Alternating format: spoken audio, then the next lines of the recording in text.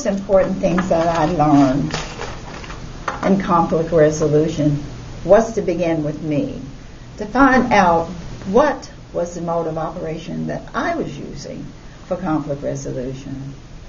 What was my style based on my personality and my temperament?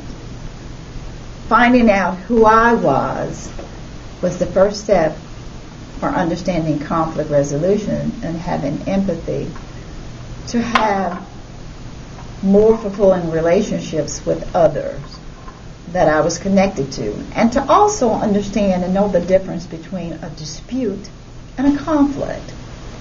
A dispute happens when there is not an interdependent relationship. That would be, which is someone you met, you will never see him again, a customer, I say, opposed to a client who I want in my life and their business to sustain my business.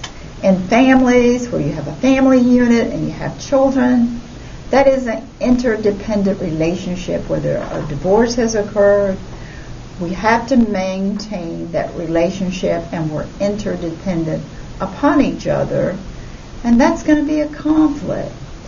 Those things have to be worked out and mean something, have value to our heart, and that's where we have suffering. If it's not the adults suffering, but most often the children suffer in conflict resolution.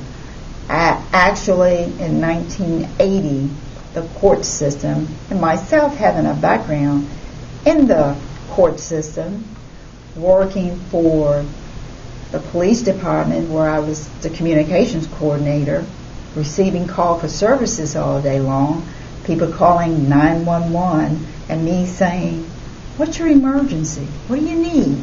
Police, fire, EMS. A lot of times in conflict, misunderstanding, miscommunication, and a lot of times the people don't know what they need. They may need one thing, or they may need everything that you have to come and mitigate the conflict. So in conflict resolution, if you're going through conflict, the first thing you start with is analyzing yourself. Do you avoid conflict? Do you compromise all the time in conflict situations? Do you collaborate for a win-win situation in conflict? Or do you often, it's your spirit to be competitive all the time? What I found, everyone needs to be in a satisfying relationship.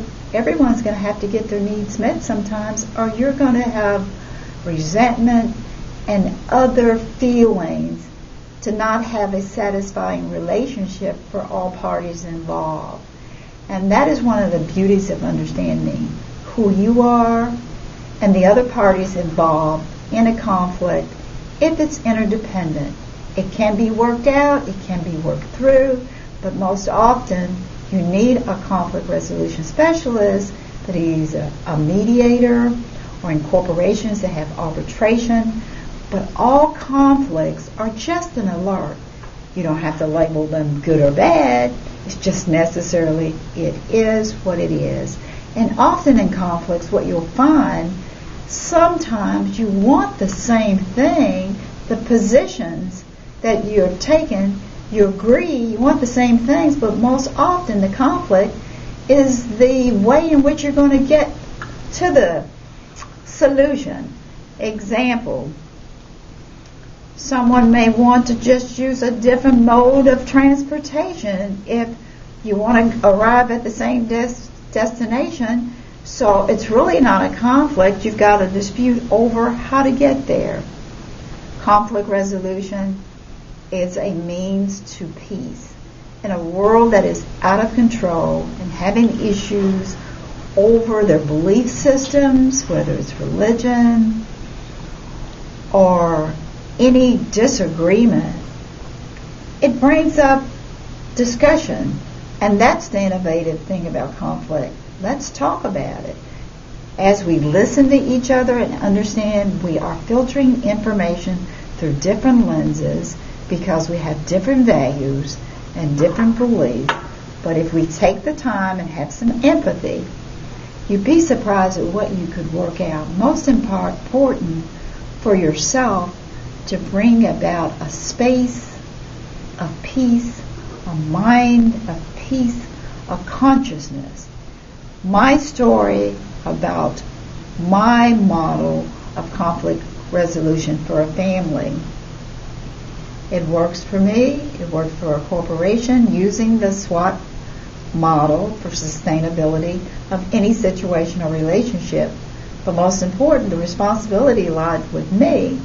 We've got to understand who we are and take responsibility for what we believe and what we feel, and that other people have their beliefs and how they feel too, but how we can mediate and come to the middle with someone neutral.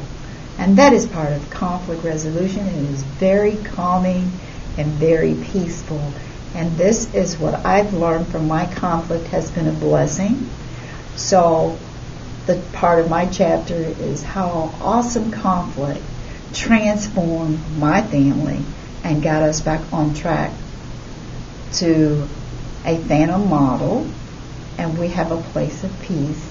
We don't worry about what we don't have, and we realize all we have is what we have, and what we have is what we need.